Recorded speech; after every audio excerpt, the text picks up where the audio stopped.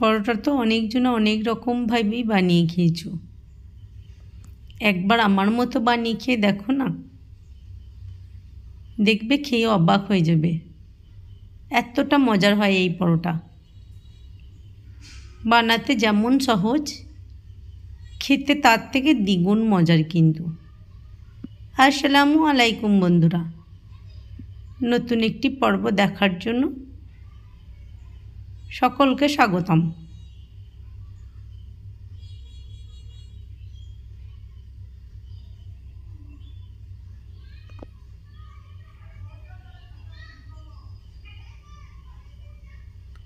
পরোটা বানাবার জন্য আমি একটা পাত্র নিয়েছি, পাত্রের মধ্যে দিয়ে দেবো আমি 300 গ্রামের মতো ময়দা। এরপরে দিয়ে দিচ্ছি আমি পরিমাণ মতো লবণ, আর নিয়েছি 2 চামচের মতো চিনি, আর নিয়েছি 1 চামচ ইস্ট। এখানে আমি শুকনো ইস্টটা নিয়েছি, বাজারে যে কোনো মুদির দোকানে খোঁজ করলেই পেয়ে যাবে। দিয়ে সব শুকনো উপকরণগুলো ভালো করে মিশিয়ে নিতে হবে। এরপরে আমি পানিটাকে আগে থেকে গরম করে নিয়েছি। পানিটা অতি অবশ্যই হালকা কুসুম গরম করে নিতে হবে।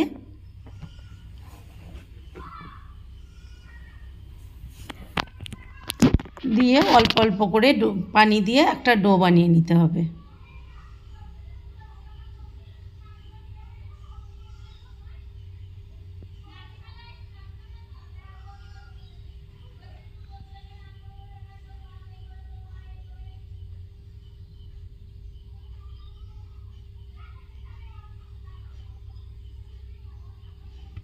এইভাবে পরোটা বানিয়ে খেয়ে সঙ্গে সঙ্গে খেতেও পারবে, আর 2 দিন রেখেও খেতে পারবে। পরোটাটা একদমই নষ্ট হবে না, আর রেখে খেলেও সেই পরোটাটা খুব নরমই থাকবে। ঠিক এইভাবে আটাটাকে মেখে নেওয়ার পর হাতে অল্প অল্প করে তেল দিয়ে আরও ভালো করে মেখে নিলেই ঠিক ডোটা রেডি হয়ে যাবে।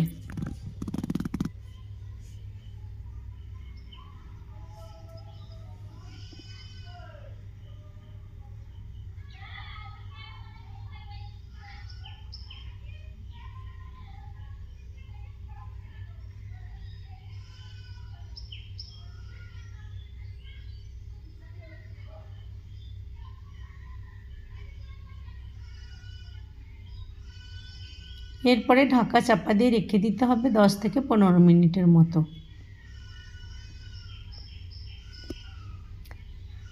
এদিকে আমি 2 থেকে 3 চামচের মতো নিয়েছি ময়দা, দিয়ে দেবো 2 থেকে 3 চামচের মতো তেল, দিয়ে একটা পুর রেডি করে নেব।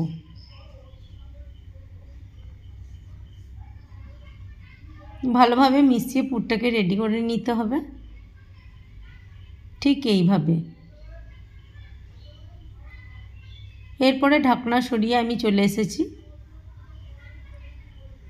পরোটাগুলো রেডি করার জন্য।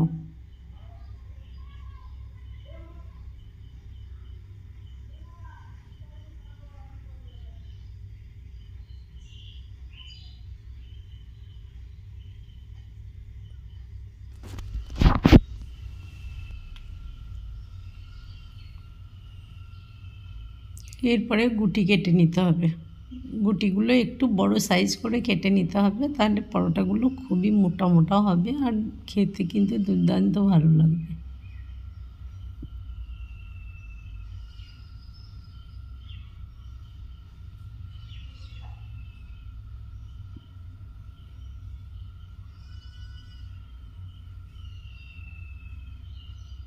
এরপরে আমি কেমনভাবে বেলছি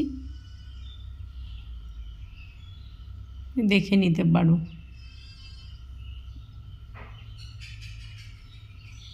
পরোটাগুলোকে আটা ছড়িয়ে ছড়িয়ে বেলে নিতে হবে।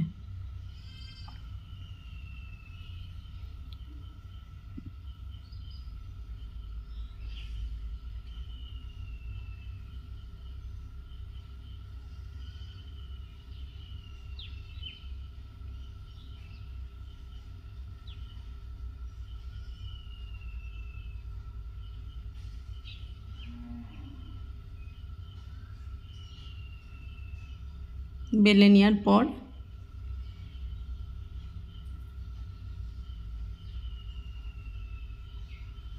ঠিক এইভাবে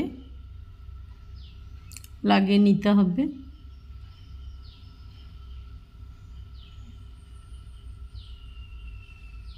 লাগিয়ে নেওয়ার পর মাঝ বরাবর ছুরির সাহায্যে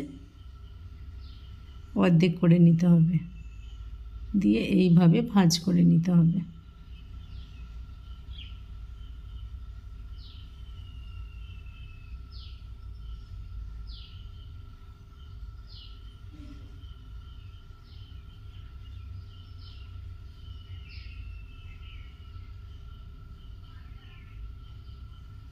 ঠিক আমি যেমনভাবে করলাম ভাঁজগুলো, এইভাবে ভাঁজ করে নিলে দেখবে পরোটাগুলো খুব ভালো লেয়ার আসবে।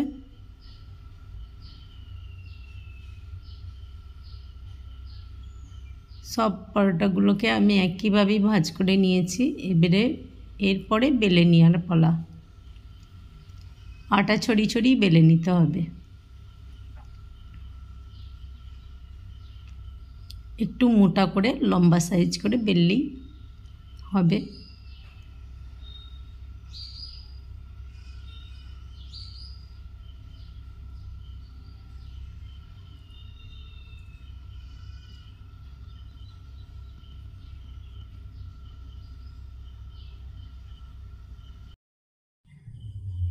পরোটাগুলো আমি একইভাবে বেলে নেব। সব পরোটাগুলোই বেলা হয়ে গেছে। এরপরে ওভেনের মধ্যে আমি একটা কড়াই বসিয়ে দিয়ে পরোটাগুলো ভেজে নেব।